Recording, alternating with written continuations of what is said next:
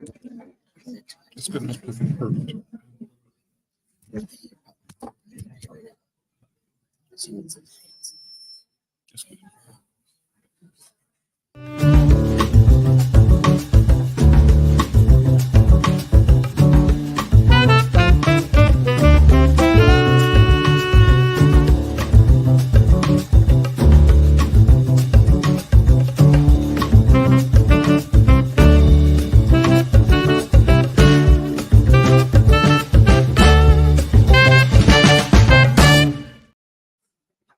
I'm Al McFarlane. Good afternoon, everybody. Good afternoon. All right. I'm Al McFarlane, and we are pleased to be here doing a live stream. Okay. Let me use the microphone here. How about now? You all hear me? Great. I'm Al McFarlane, and welcome to a special edition of the Conversation with Al McFarlane here in support of and elevating the work of the Family Refuge Village. I know you all are having a powerful session today, a session of healing, and we're here to participate in the process of healing. On Fridays, our daily live stream program is called the Healing Circle. We do this live stream locally, nationally, in conjunction with our partners at the African American Child Wellness Institute, our leader, Dr. Bravada Garrett Akinsanya. And so when we do this program every Friday, the Healing Circle, we set the intention of the program with a certain protocol. Before I ask Dr. B to walk us through the protocol, I want to say that you're going to be hearing a powerful conversation between Manu Lewis, who's the CEO of Manucan, he'll correct me when we go on, and Associate Pastor Andre Dukes of Shiloh Temple International Ministries. He's the Vice President of Family Education at the Northside Achievement Zone as well. This is a great occasion, an important meeting. I thank all of you for being here today at the UROC Center here on Plymouth Avenue. Here's an aside. This is actually where we started the Conversation with Al McFarlane 20 years ago at Lucille's Kitchen at the other end of this building. So it's really nostalgic being here again. The second thing is that we're streaming this on YouTube. So no matter where you are around the country or around the world, we want you to participate, be involved, be engaged, and you can comment on what you're going to be hearing. And we'll try to relay those comments as we listen to them during the program. This is going to be a great program, but let me say one last thing. We are approaching 1,000 subscribers on our YouTube channel. 1,000 is a benchmark, so wherever you are, if you're listening to this on YouTube, on Twitter, on LinkedIn, on Facebook, we want you to go over to Insight News' YouTube channel, YouTube/Insight News MN, and push the subscribe button, like and share. We're growing together. Well, with that, let me bring Dr. B. We call her Dr. B, our queen, to set the intention and to talk about the process we use. We're building a community of how we get together, how we be together. Dr. B. Thank you so much. Hold it for me.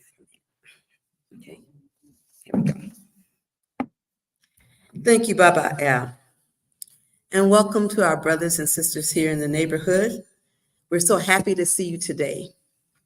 We focus as an African people, believing I am because we are.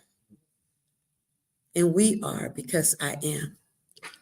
So our existence is within the village. This is a natural place for us to be for healing. And in the ritual that we have, the protocol for this program, we are usually in circle. So although we may not physically be in circle, imagine that we're circled in our hearts. And in that circle, the reason we do it as an African people is because when one is in a circle, there is no beginning and no end, no top or no bottom. Everyone has equal access to power, the voice, to the center of the circle. As we join in circle, we first acknowledge our elders, because those are the shoulders we stand on. People worked their way, prayed our way, dreamed our way into existence. We honor the elders, and then we honor our ancestors, because our ancestors are closest to our Creator. So as we do in an orderly fashion today, you will see this panel passing the virtual talking stick among themselves. And as we use this orderly process of passing the talking stick, we will continue to heal and grow. So today we just say Ashe. That means thank you, Ashe, for our Creator and for all that is here. And with that, I pass the talking stick to Baba Al. All right, thank you, Dr. B. Well, with that, without further ado, we begin the program. And I want to say thank you so much to Family Refuge Village for doing this and also for inviting us to stream this. This is an important conversation. I'm going to pass the microphone to Brother Pastor Andre Duke. So let's conduct the interview. Thank you, Mr. McFarlane. This is certainly an honor to have this conversation with Manu Lewis today. He and I had some time to talk about our conversation yesterday, and I think we started the panel yesterday. So this is just a continuation of the conversation we already started. But I also want to thank Dr. Lynn Lewis and Family Refuge Village for hosting this conference. This is certainly a critical conversation for our community. And this next conversation is really going to be entitled Unity to Address Community Restoration. And so I want to read a little bit more about Manu Lewis, and he is the CEO of Man You Can Consulting. After a decade of working as a community leader and transformation coach focused on lifestyle recovery, restorative practitioner, facilitator, circle keeper, and Black family advocate, Manu desired to utilize his experience differently and start a consulting company. In 2020, Manu received the Vocal Fellowship and focused on self-development as he launched Man You Can Consulting LLC. Experience coupled with research, Man You Can Consulting creates pathways for institutions and organizations that work with individuals with backgrounds to engage in a more sustainable transition back into their respective communities, reduce recidivism, and increase employee retention within the felony population. Let's welcome Manu Lewis with us today. And so I certainly want to have this conversation be free-flowing. We talked about this yesterday, and I just want to set some context for this community conversation. When we think about the African-American community, we have endured chattel slavery. We have endured peonage and sharecropping. We have endured public lynchings. We have endured civil rights and Jim Crow, but endurance is not healing. Endurance is not healing.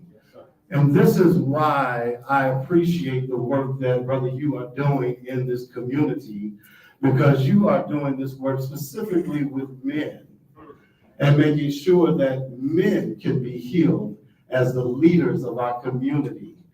And so tell us, who is Manu Lewis, first of all, and what led you to do this critical work in our community?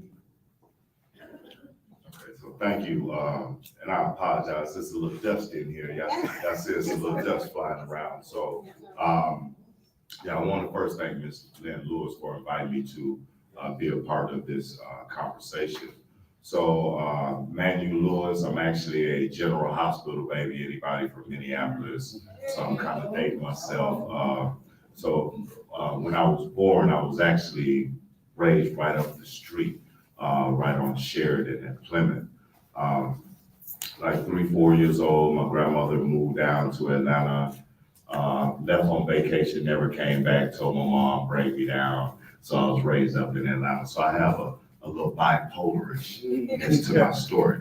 But raised up in Atlanta, the only child, so not raised up around sisters and brothers, you know, I was latchkey kid, so I could go and come as I wanted to. But the thing about Atlanta is where we live was always in close proximity to some projects, or it was always in the hood, and it was no difference. I loved where I grew up, but ultimately, I adopted this social mindset of Atlanta, right?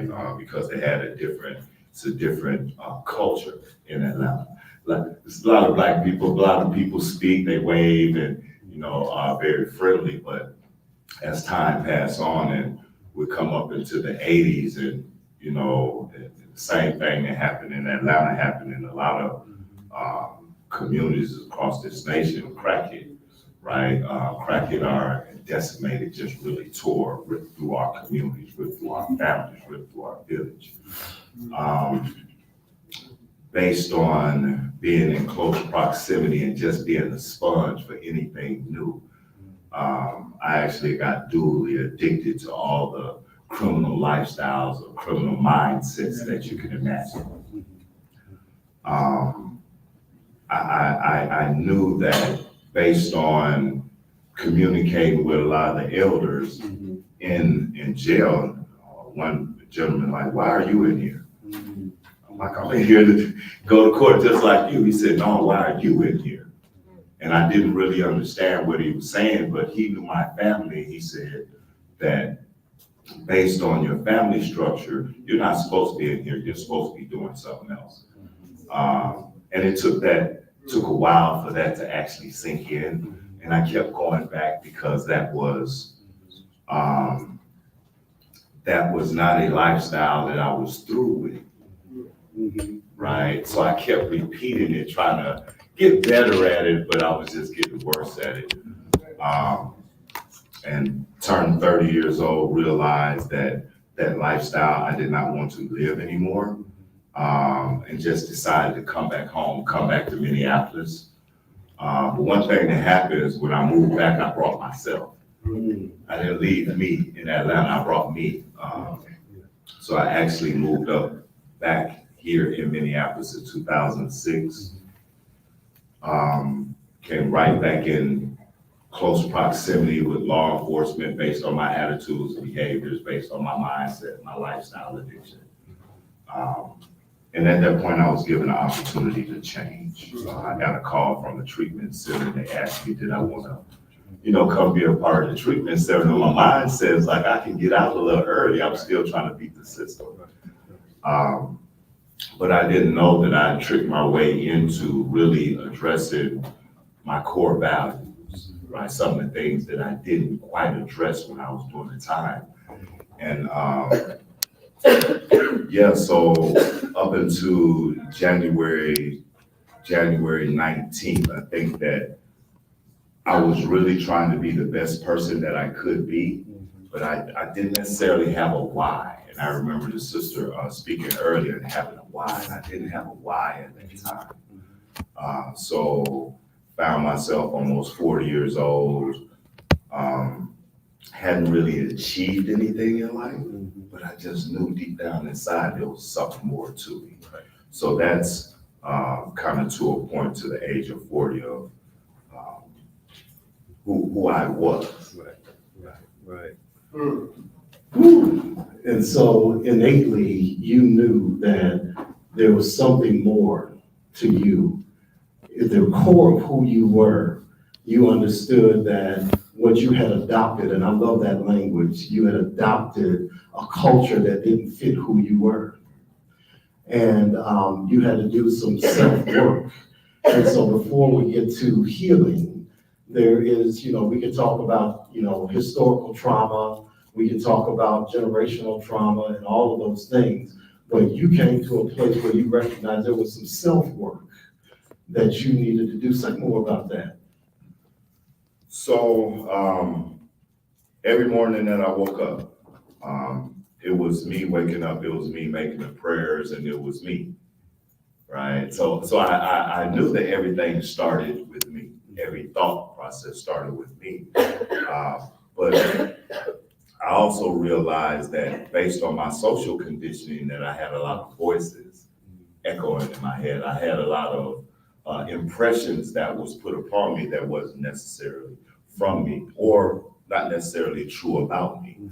Um, and then realizing that I didn't necessarily have the healthiest upbringing, that there were some things that I learned along the way that wasn't beneficial. So for me to be a better person, I realized that, you know, my mom wasn't gonna help me, my dad wasn't, my family members wasn't gonna help me. It was ultimately going to have to come up to how I see myself, the value, the worth that I have for myself, and knowing that, well, I'm still here, it's not over with, right? So every day, I was just challenged and still am challenged with mindsets, ideologies, and thought processes, right? And even this destructive culture that all of our communities are impacted by, and the role that I played in it.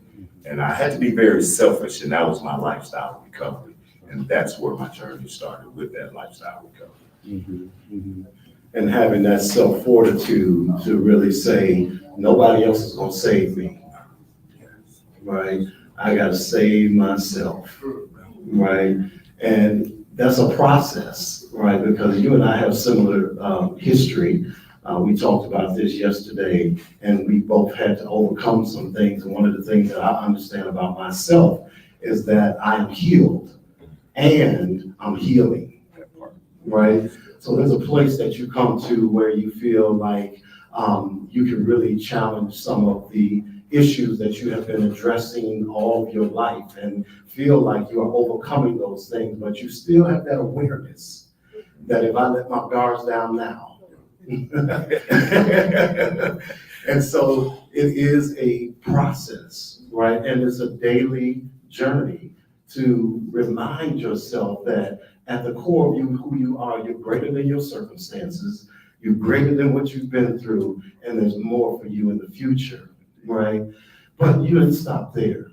You said that I understand that I'm on this journey and I want to bring some other people along with me. And so you started to talk to other young men about their journey, right? Tell us about that experience.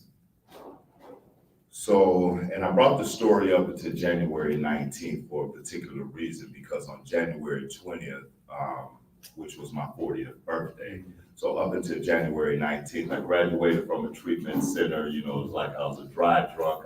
I wasn't doing what I used to do, but I wasn't doing anything, right? But I was really being selfish about my sobriety.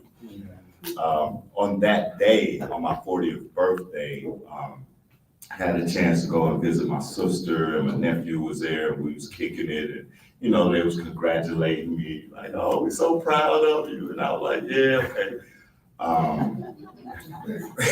But I overheard my nephew and my little cousin plotting, right? And I know what a plot sounds like because I was an ex-plotter, right? But it was something about in my sobriety being selfish that I didn't want to tell somebody to stop doing something that I just stopped doing. You know, like, man, you just stopped doing it the other day. Who are you to tell me? So I didn't say anything. Later on that evening, went on Facebook and found out that my cousin, Orlando Nunn, was right down here on Urban. His life was taken doing the same thing that I used to do. And it was one of those moments where, you know, a lot of people say what they're going to do to fix that or remedy that. And as I said and listened to everybody say what they was going to do, the challenge was with me, what was I going to do, right? But I knew what I didn't do. I didn't say anything to my nephew or my cousin earlier that day.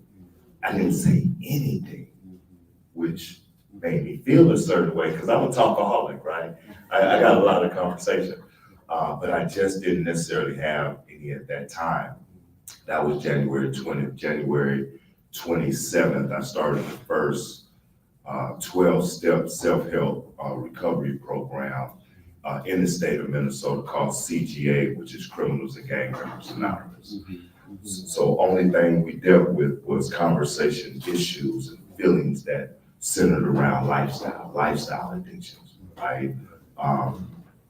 Facilitated that for 5 years.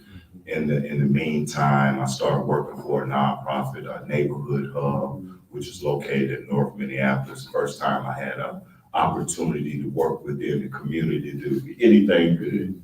I was stoked. I was like, yeah, let's go. And then the tornado hit, right? So when the tornado hit, because it was a part-time job, and I took a full-time position because I really wanted to work with the neighborhood, and I was challenged with doing something that I had never done, which was really be honest, right? Really, from my heart, provide for people and not expect anything in return. And that was a part of my recovery.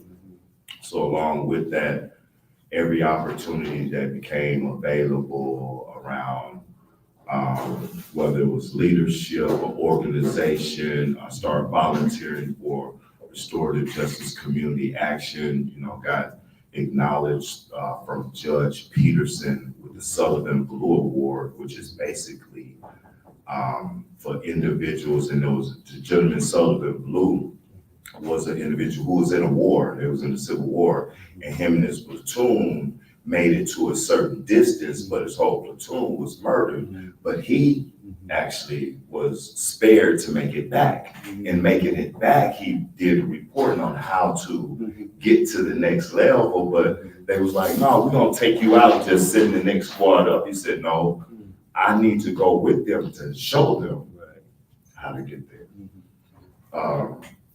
And that was the Sullivan Blue Award, which was given to me by Judge Peterson. But I never knew at that time that anyone in the community would be recognized for doing stuff in the community. It was like, wow, like this is, to be acknowledged for doing something good. I've been acknowledged for doing all the wrong things, right?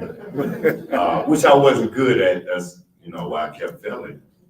But, with this, it was a change, right? So from that point on, working with a nonprofit organization, any personal, professional, and social development training that came down the pipeline, whether it was in Minneapolis, St. Paul, or we had to go to South Dakota, to Iowa, I put in for it. I said, sign me up. Not only sign me up, I was gonna go and learn and bring that back. And all of that training I applied to how I communicated this lifestyle addiction and how baffling it is and how we can overcome it just being intentional. Yes, and part of that is thank you, because I feel you. Somebody talked about the vibrations. I feel your vibrations. And that's why you are a trusted leader in this community. And that's why, Sheriff Witt is a trusted community. If you don't live this thing, you can't leave others out of it. Right. And so I think that's what I hear you saying. And, we develop protective factors because we go through our trauma and then we got to cope with it. We got to find ways to cope with it. And I think you recognize the difference between coping and healing, right? Say a little bit about that. What is the difference between coping and healing? So what I've experienced just based on observation that, and I'll use my personal, me coping with the things that happened to me was me self-medicating to numb myself from the pain. That was how I coped, right? We have, liquor stores and places where individuals can go self-medicate. That has nothing to do with the personal healing. That's actually just covering up the pain, covering up, and it'll come back later on, right? The pain never really goes away until we actually deal with it. And one of the things that started me on the healing journey was realizing that nothing was wrong with me. A lot of things happened to me. And based on those things that happened, a lot of them I hadn't addressed, right? Like individuals who had done me harm and made me feel a certain way, then I hadn't addressed it. I held on to that feeling. So it rubbed off on anybody who I came in contact with if I felt so inclined.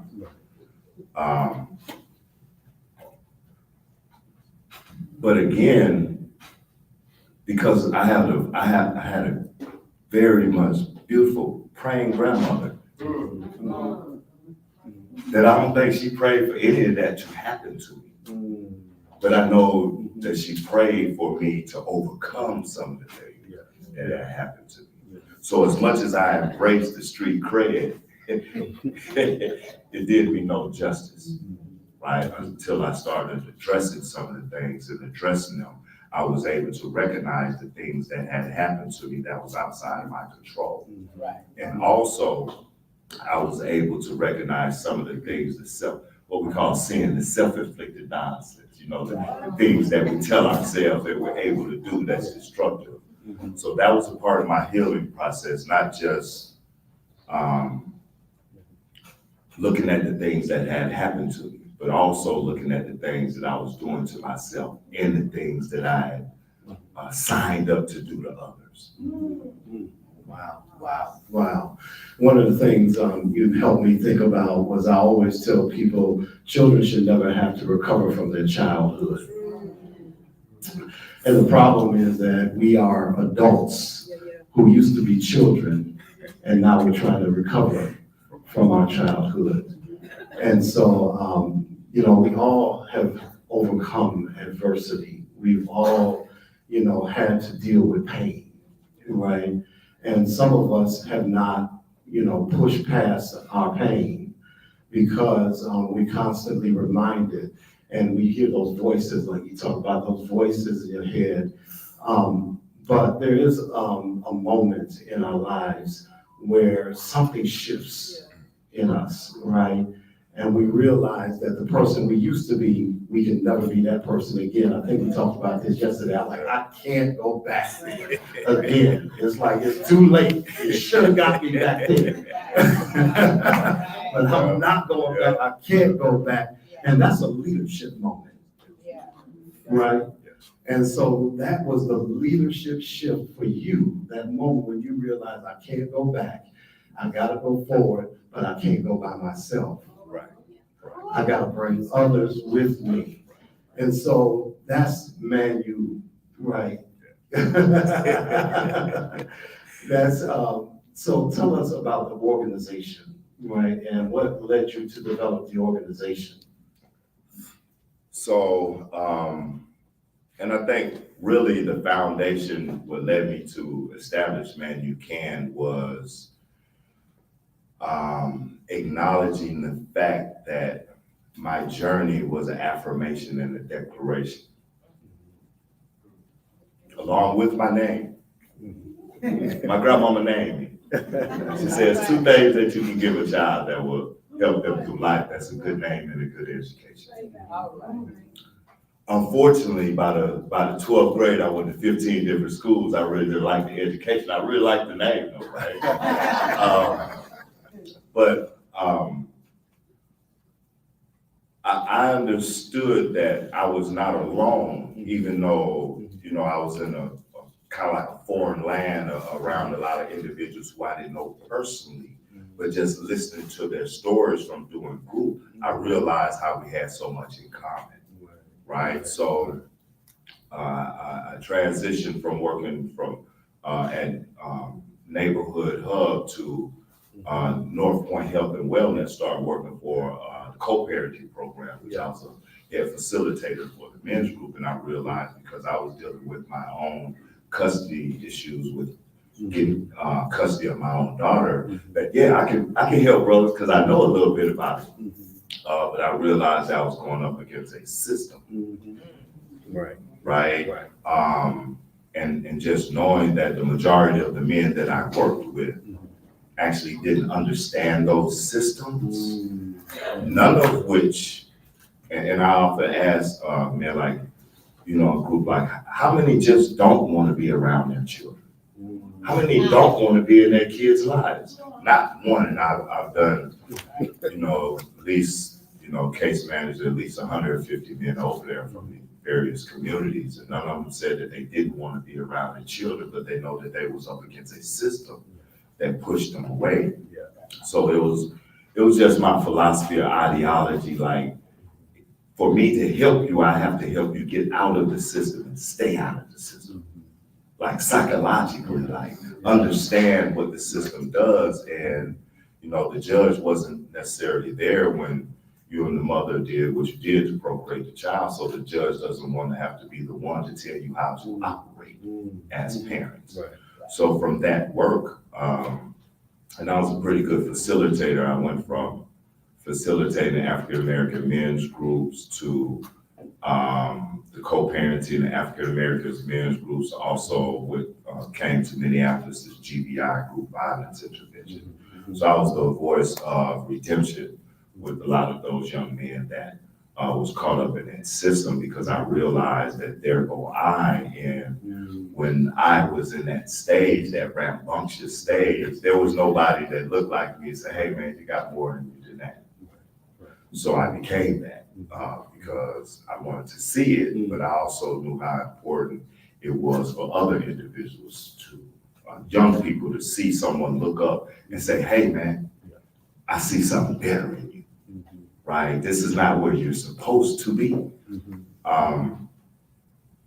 So working with North Point Health and Wellness, I realized that there was a ceiling there because I went through all of the men's groups and I was a facilitator. Actually got them to come bring a training facilitator to the institution so we could train more of our people, so I wouldn't be the main facilitator, right? So all of our staff got trained around being facilitators. And I just knew that glass ceiling, that I had something more to do. And I actually applied for a vocal fellowship, which comes out of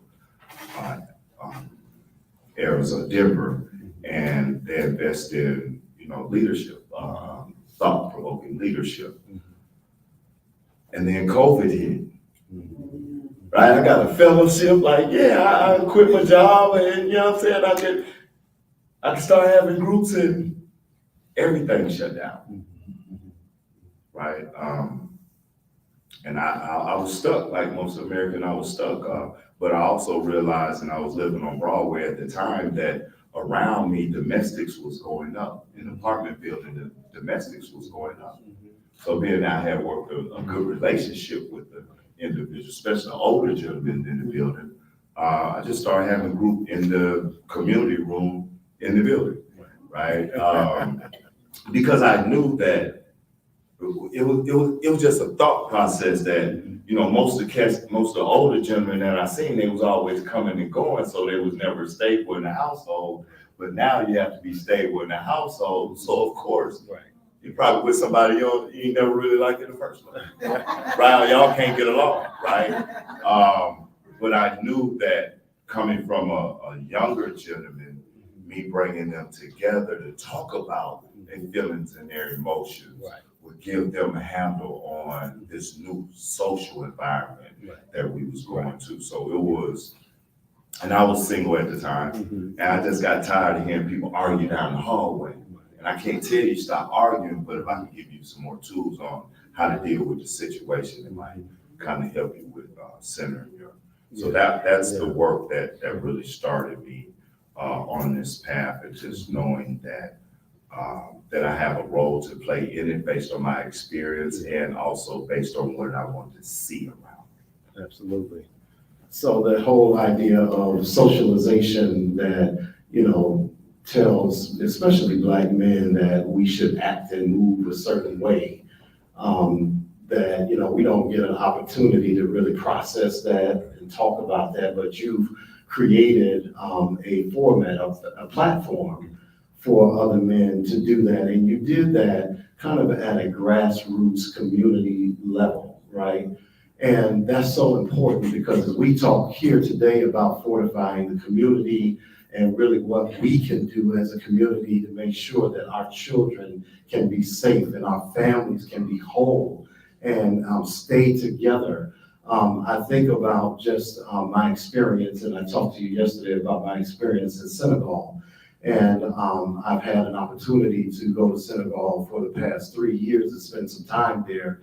But one of the things that really stand out to me, how, you know, there's such a sense of community. They do everything together. They live together, eat together, worship together, play together. And there's such a sense of community and accountability.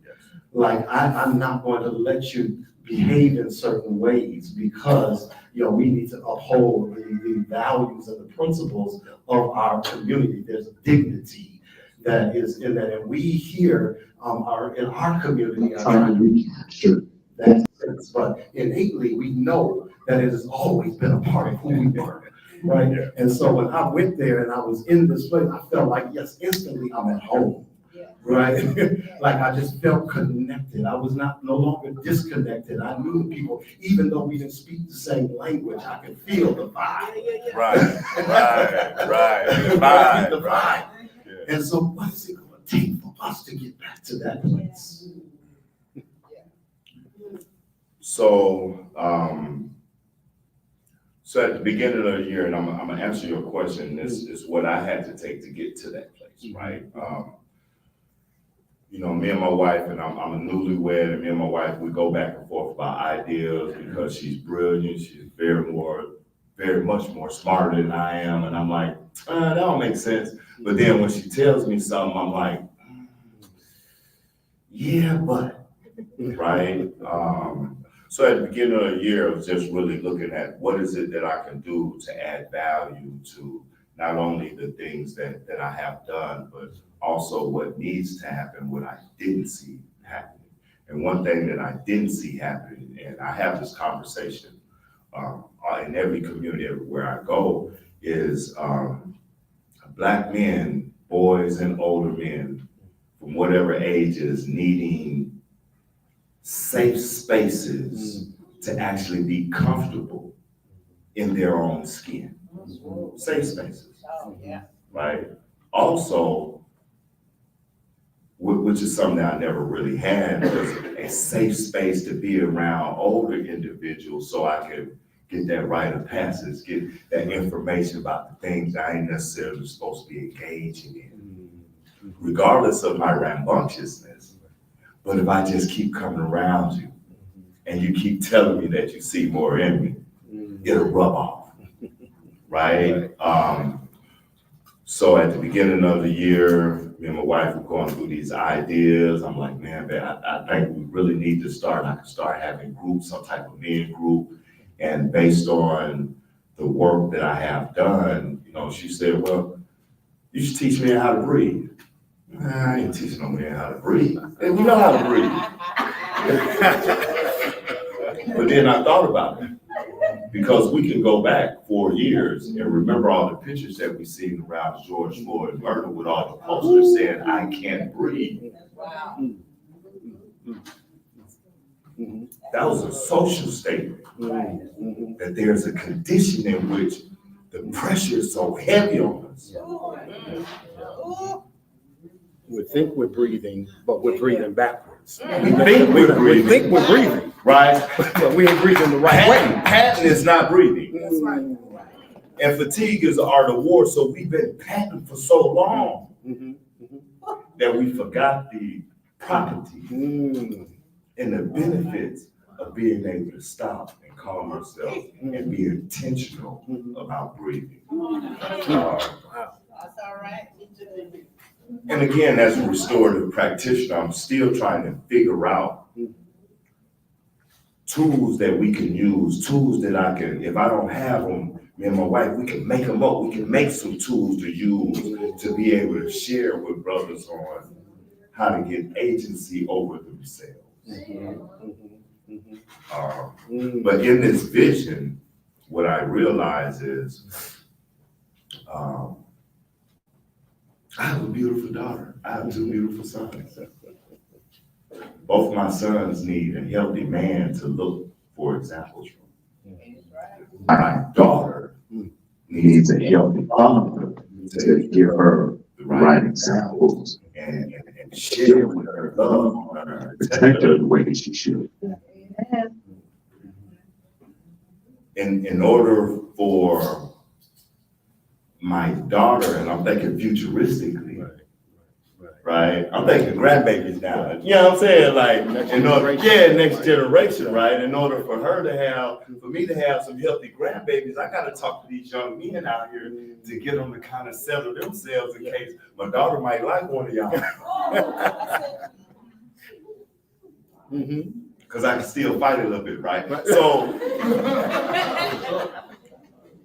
I definitely had a role to play, not only in creating future tense for my children, but also for my wife, right? And what I realized is that when I married my wife, I was not in my most healthiest state. So I'm honoring that bond because I was given time to get right. I was given time out to get right. But what I realize is that a lot of individuals aren't given that opportunity.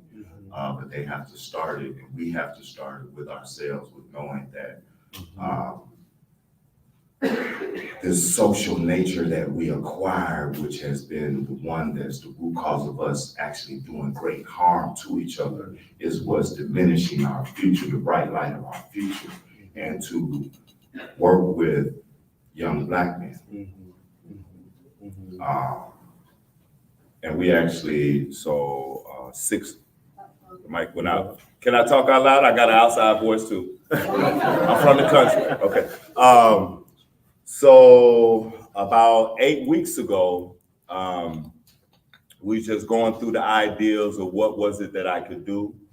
My wife's a phenomenal pastor. She has individuals following her, and I'm like, well, I can support her in what she does, and I'm not necessarily from that cloth, but my thing is, how can I support my wife? Right. And in support my wife, I realized that she was a youth ministry and had a lot of young women that was up under her ministry.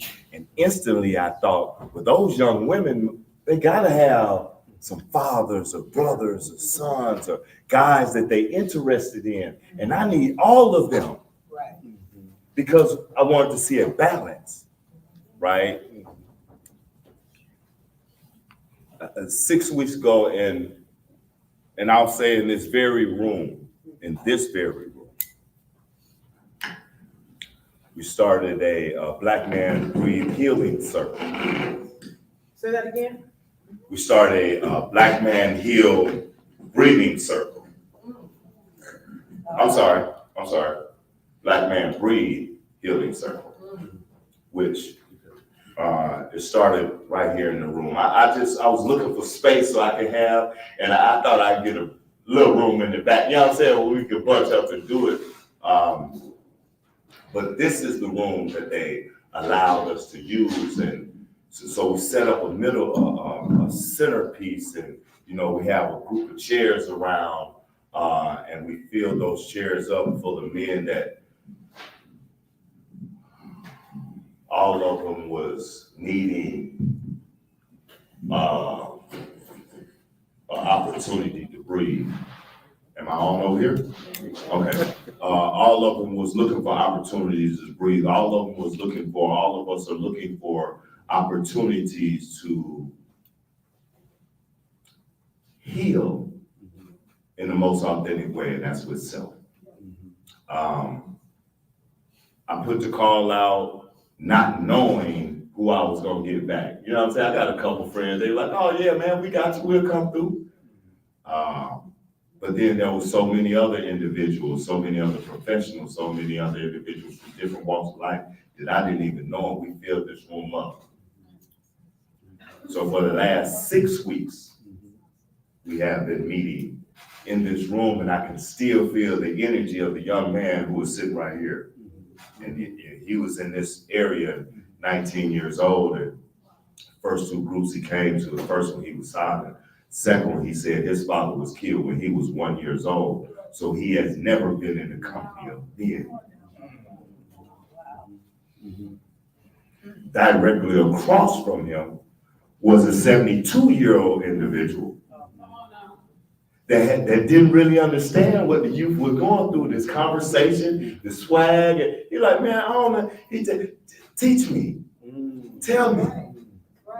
And the young man was like, kind of, he was like, I'm gonna tell you when you older than me, educated. And it creates that intergenerational healing space where the adults can hear from the youth, and the youth can hear from the adults in real time, right? Sitting in that circle fashion, it's hard to look across and say these things and not hold yourself accountable because everybody heard you say it. Everybody heard that you say that you was gonna create a discipline for yourself. So now we have a resource where brothers can call and check in on you. Hey man, you going to the workout? If you ain't, you need a ride, I can come get you. Right? So creating that space was very much necessary, but making that space sustainable is the work.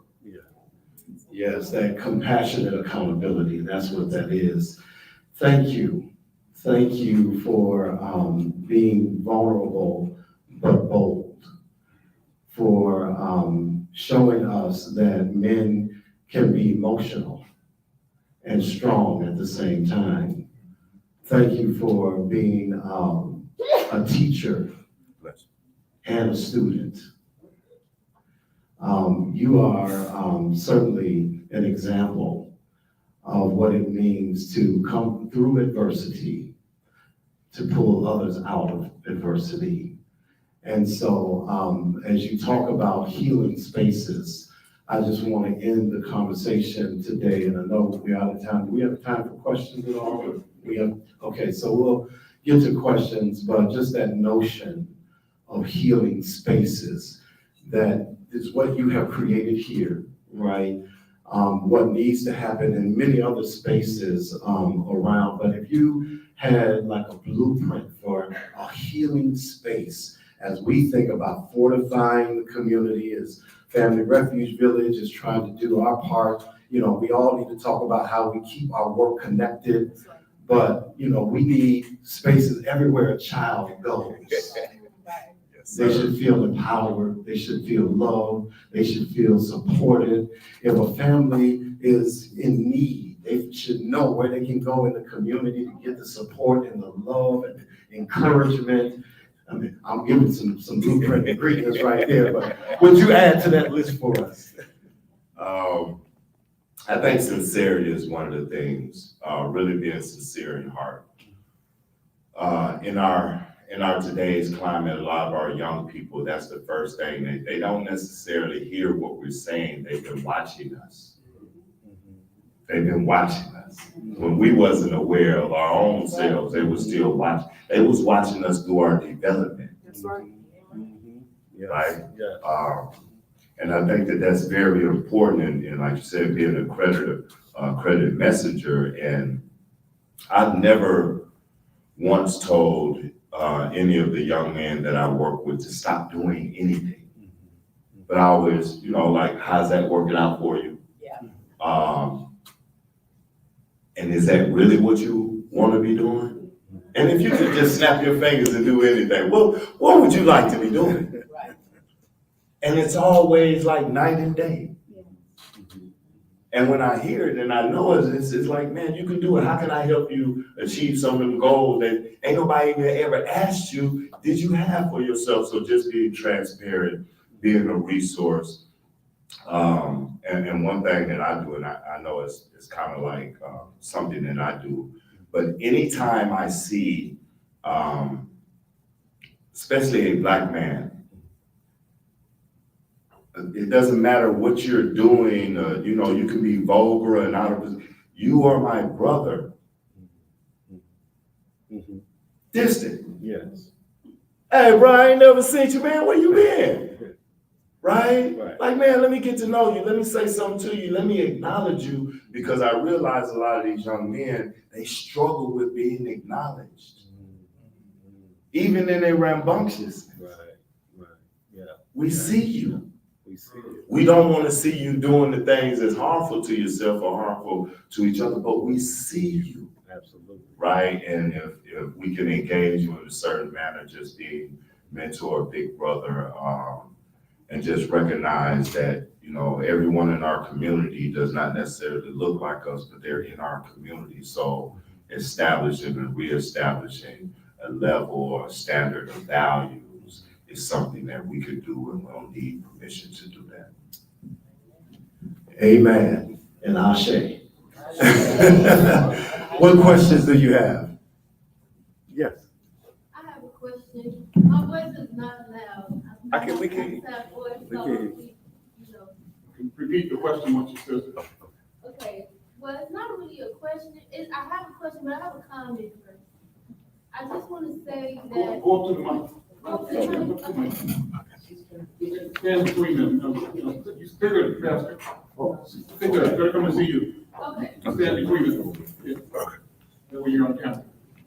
okay. You guys go back where you are. Okay. Stand between them. You want me to come here? Come on. Get on camera. You know, when I come to these kind of events, I try not to still shine, you know. But God spoke to me, and He's moving through me, and He told me to tell you congratulations. And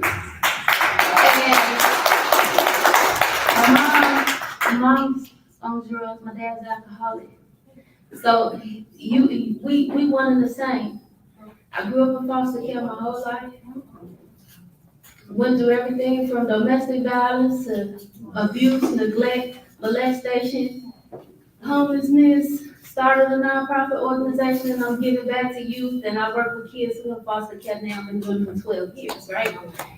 Now, I wrote a book during the pandemic, lost all my staff during the pandemic, and been trying to hold it together. My point I'm saying is, a lot of people don't realize how much determination it takes to go through your own trauma and still get up every day and give back. A lot of people don't realize that that's therapy for you.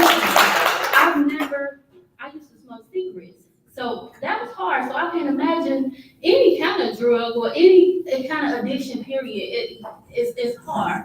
And a lot of times people see you doing your greatest, but they don't understand your struggle. They don't understand how hard it is for you to continue to fight the battles that you was fighting, to continue to give it. Because one thing that happens in this ministry, because this is a ministry, when we giving back, oftentimes we're triggered because we keep running into ourselves. Yeah. And the fact that you keep running into yourself and you keep going back and it's like facing yourself.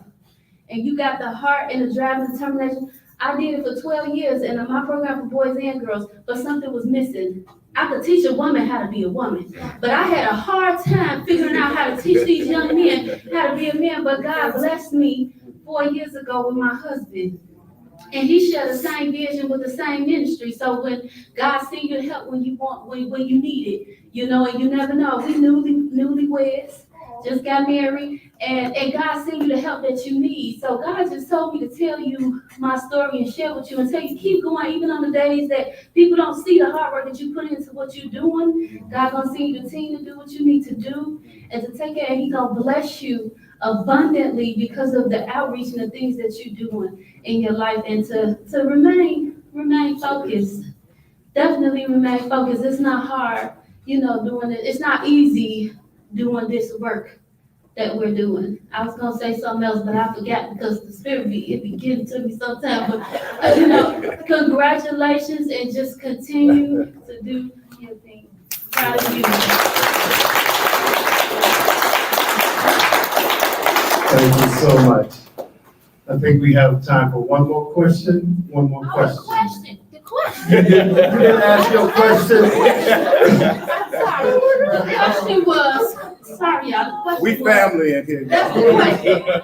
The question was, how do you, when you're done doing your work with the community, with the men, how do you disconnect from your work and the emotion, because the emotion is there? How do you disconnect from the things you're going through? Because one thing you I'm sure you're familiar with, the biggest challenge is not always the ones we work with.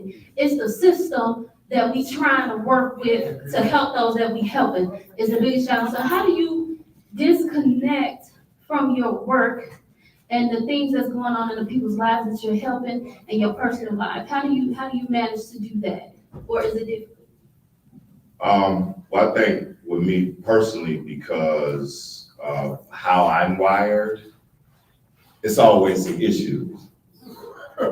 It's always some issues. It's a thought, right? It's a concept, it's a vision, right?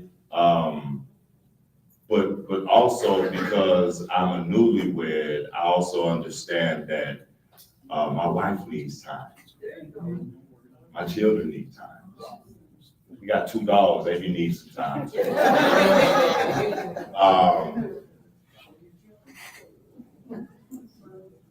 And that's priority. That's a part of my big why, right? So it's easy to understand that I'm doing the work in the community, but I also have to do the inner work, and that started when I woke up and doesn't stop until I go to sleep. But in between there, I also have this family life, right? Which is actually a reflection of what I'm talking about, right? So it's hard for me to come in here and sit in this big old group and, you know what I'm saying, talk about all this glamorous stuff and breathing and centering yourself and being focused and everything, going home wilding out. That's not integrity, right? So I think that piece of centering and that breath work helps me be able to go from one chapter or one book or one issue to the next, because I do have the agency to stop, pause, breathe, and center myself for the next, which coming from work, it's gonna be family. Well, we just want to, before we end, acknowledge a couple of questions that are online. Choose Compassion says, how do organizations reach out to create a referral space to refer young men and other programs to you? Yeah, you can get in contact with me. So the circles are not necessarily a program. The circles aren't necessarily funded. The circles was created because there was a need. So, you know, we come get water and stuff, you know, that comes out of pocket. When I put the call out like, hey, bros, come on, that's because it was a need. So, I mean, I have a contact number, actually go on Facebook. I'm on Facebook, Instagram. Just kind of reach out, and I'm really keeping the door open for understanding that programs. And I wish Sheriff Witt was still here, because she was mentioning how within the systems themselves right now, they have a low participation of Black men coming in doing the programming, which would be a good reflection or a good visual for the young men that are there. So the whole So I'm really in the process of multiplying myself as a practitioner by creating a certified restorative practitioner training, and hopefully, by July or August, we can have 100 Black men certified as restorative practitioners to not only work within the schools and the parks, but also within the institutions to actually be the best that they can be. Absolutely, absolutely. Well, let's give it up for Manu Lewis. Oh, we had a question? I'm sorry, real quick. Yes, ma'am. What about the older men? I have a 44-year-old son Yes, ma'am. that has been going through the system. I'm a We love it. mother, Yes, ma'am. okay? I didn't know how to be a mother because my mother died at 41 and I was 9 years old. Okay, so I didn't know how to be a mother to him. So as he grew up, he just grew up and went through this, that, and the other. He went through a lot. Yes, ma'am. And I kept on telling him, please don't go back to prison. Please don't go back. And you know what? I told him one day, they're gonna take the key and throw it away, and you're gonna be somewhere where I can't even reach you. Do you know my son is in Pennsylvania right now? He done been through at least 5 different penitentiaries because he's with the feds now. But what do you do about the older men that's been going through it and been stuck out there that hasn't been, I don't know, here? No, yes, ma'am. Yes, ma'am. You asked the questions perfectly. Yeah. Our group is, well, right now, we from 18 to 72. So there's no age barrier. There's no age barrier, right? I consider, because again, and I play out my name, the first 3 letters of my name is MAN. So if we can catch them at 10 to 100, I think they will all benefit from being around each other. There's no age exclusivity. We're welcome to all. Thank you. Yes, ma'am. We are fortifying the village, everyone. Give it up again for Manuel Lewis. Man, you can. I'll turn it over to Mr. McFarlane. And I'll take back the talking stick. What a wonderful, wonderful program. You know, every now and then you get involved in conversations that are so intense and so powerful that you get a headache. And you call that a good headache. That's just like good trouble, right? And you know it's time, and it's time for you to do the work. So I think we've been all instructed on what the mission is and how we each can play a part. We have to all celebrate the magnificent voice and work, the testimony of Brother Manu Lewis. Brother Manu, absolutely amazing. Thank you, brother. Thank you, thank you. Brother Pastor, thank you so much. Well, I hope you've enjoyed this. We've had the pleasure of streaming this live to the Conversation with Al McFarlane as part of the Healing Circle from African American Child Wellness Institute. Subscribe to our channel on YouTube. Tell people that we're doing this work. We'll see you next time. Thank you.